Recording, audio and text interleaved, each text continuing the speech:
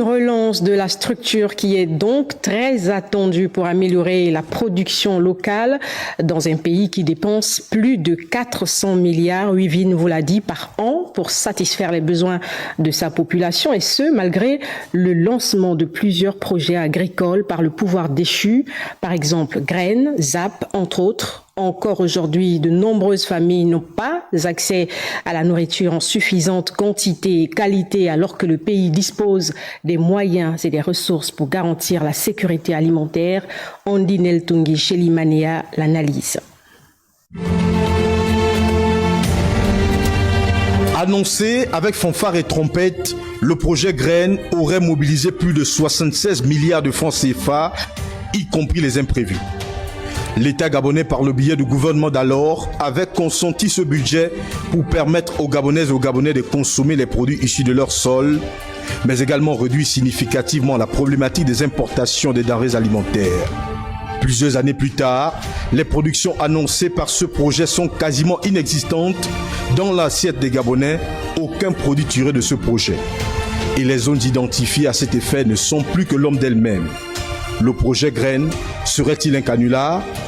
D'un projet à un autre, celui-ci avait pour but de créer les liens entre les industriels et les petits producteurs locaux afin de mettre fin aux importations des aliments. Le gouvernement déchu avait mis en place 5 zones à forte productivité agricole à travers le pays. Ce fut un projet portant en triomphe qui malheureusement reste dans sa phase embryonnaire. Sur la nationale, à Kango précisément, 23 000 hectares ont été aménagés à l'effet de planter des aliments.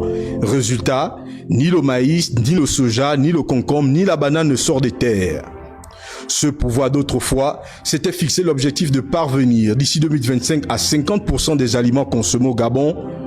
Au regard de ce constat au tableau sombre, l'on est tenté de penser à un géant au pied d'argile. La ZAP serait-elle une autre supercherie? Pourtant, le pays dispose des atouts nécessaires pour valoriser le secteur agricole avec des ressources foncières importantes, des conditions climatiques et écologiques favorables et j'en passe.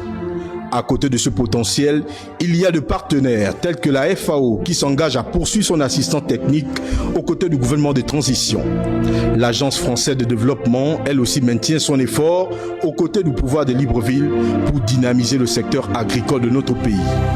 Les Gabonaises et Gabonais fondent leur espoir sur les autorités de transition qui semblent manifester la volonté de réduire la facture de 400 milliards de francs CFA relative à l'achat des besoins alimentaires du pays.